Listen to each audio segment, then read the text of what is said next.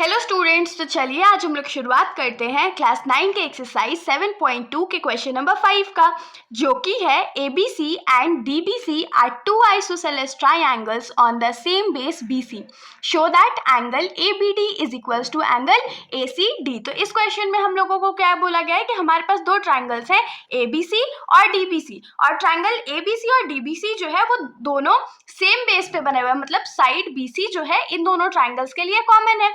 और triangle ABC और DBC दोनों आइसोसेलेस ट्रायंगल है। आइसोसेलेस ट्रायंगल है मतलब दोनों के दो दो साइड जो है वो आपस में इक्वल है। तो हम लोग देख सकते हैं कि ट्रायंगल ABC में AB जो है वो AC के बराबर है और ट्रायंगल DBC में DB जो है वो DC के बराबर है।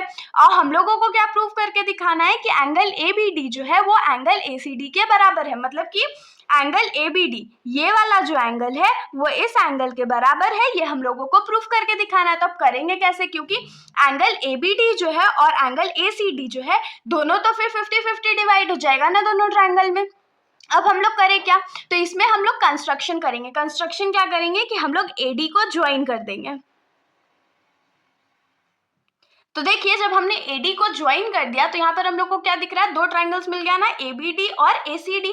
और इन दोनों ट्रायंगल में AB साइड जो है वो AC के बराबर है, BD जो है वो CD के बराबर है और AD जो है वो कॉमन है। तो इन तीनों क्राइटेरियाज मतलब SSS प्रॉपर्टी का यूज करके हम लोग क्या लिख सकते हैं कि ये दोनों ट्रायंगल जो होंगे वो आपस में कॉन्ग्रुएंट होंगे। और अगर ये दोनों ट्रायंगल जो है वो आपस में कॉन्ग्रुएंट हो गया तो CPCT से ये एंगल इसके बराबर हो जाएगा। बहुत सिंपल सॉल्यूशन था ना। तो चलिए हम लोग इसको लिखना शुरुआत करते हैं। तो सबसे पहले हम लोग क्या लिखते हैं, तो गिवन लिखते हैं। तो चलिए गिवन लिख लेते हैं।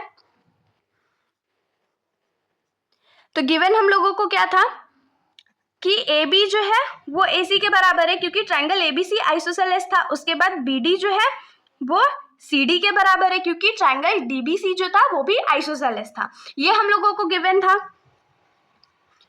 टू प्रूव हमारा क्या है कि एंगल ABD जो है वो एंगल ACD के बराबर है। ये हम लोगों को टू प्रूव करना है। लेकिन हमने इस क्वेश्चन को सॉल्व करने के लिए एक चीज क्या किया, कंस्ट्रक्शन कराना। तो यहाँ पर हम लोग क्या लिखेंगे, टू कंस्ट्रक्ट।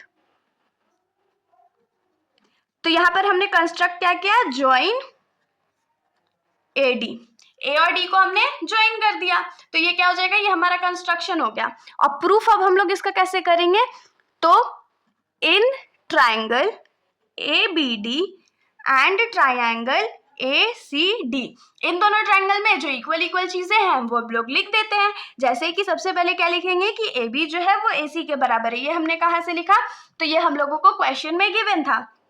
उसके बाद क्या लिखेंगे कि BD जो है वो CD के बराबर है। ये हम लोगों को कैसे पता, तो ये भी हम लोगों को क्वेश्चन में गिवन है। और लास्ट हम लोग क्या लिखेंगे कि AD जो है वो AD के बराबर है। क्यों, क्योंकि ये जो साइड है वो दोनों ट्रायंगल्स में कॉमन है और इसका रीजन भी कॉमन हो गया। तो यहाँ पर हमने कौन से क्राइटेरिया का यूज किया, SSS क्राइटेरिया का। तो देयरफॉर बाय SSS कॉन्ग्रुएंस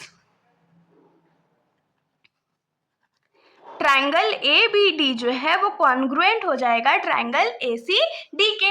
ये दोनों ट्रायंगल जो है वो आपस में कॉन्ग्रुएंट हो गया। तो यहाँ से हम लोग क्या लिख सकते हैं, इंप्लाइज दैट एंगल ABD जो होगा वो एंगल ACD के बराबर होगा। और इसका रीजन क्या हो जाएगा, तो CPCT मतलब कि corresponding parts of congruent triangles. और यही तो हम लोगों को प्रूफ करना था। तो अब लिख दीजिए हेंस प्रूफ्ड। तो इसके साथ हमारा ये जो सॉल्यूशन है यहीं पर खत्म हो जाता है। अगर आप लोगों को कोई भी डाउट हो तो आप लोग कमेंट सेक्शन में पूछ सकते हो, वरना अगर आप लोगों को वीडियो अच्छी लगी तो वीडियो को लाइक करिएगा और मेरे चैनल को बिना सब्सक्राइब करे कहीं मत जाइएगा। Thank you.